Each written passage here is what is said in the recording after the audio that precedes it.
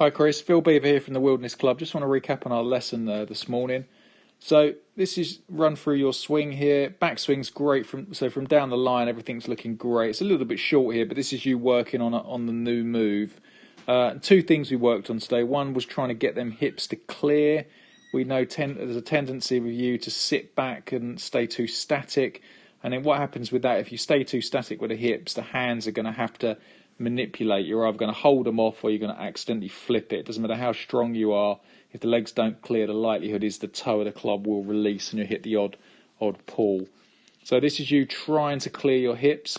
The second thing we worked on was trying to downward cock. So the right hand gets thrown downwards while the toe of the club gets pointed up. Now if we look at your left arm when it reaches horizontal to the ground, okay, let me just draw a line, there you go.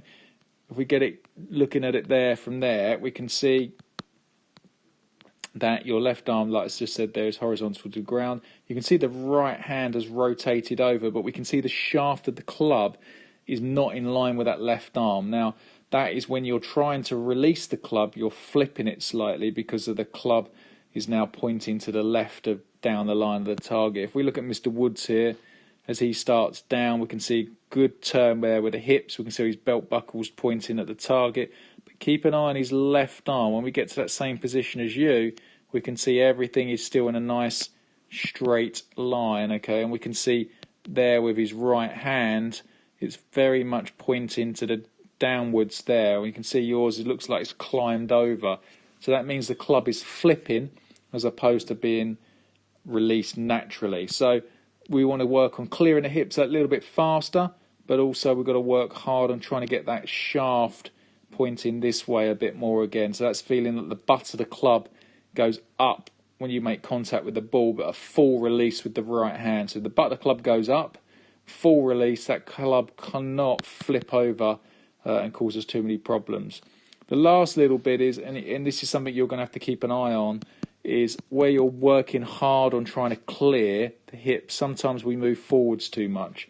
So if you run through your head, great here into impact. And where you're very tight, because you're doing deadlifts at ridiculous weight, which is quite impressive, but you're very tight in that area, look how much the head chases down the line. Okay, at that stage there. If we look at Woods, his head is going to stay a lot quieter when his arms get into that same position as you. Okay, so he's got a nice curved, his pelvis is pointing forwards and nice and curved where you're tilting the wrong way slightly. And that can lead to a push as well, Chris. You've got to be careful.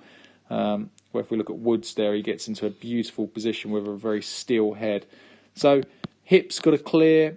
I want that right hand sort of bowing over, but the butt of the club pointing higher. And just keep an eye on your head. Don't let it move forwards too much. Thank you.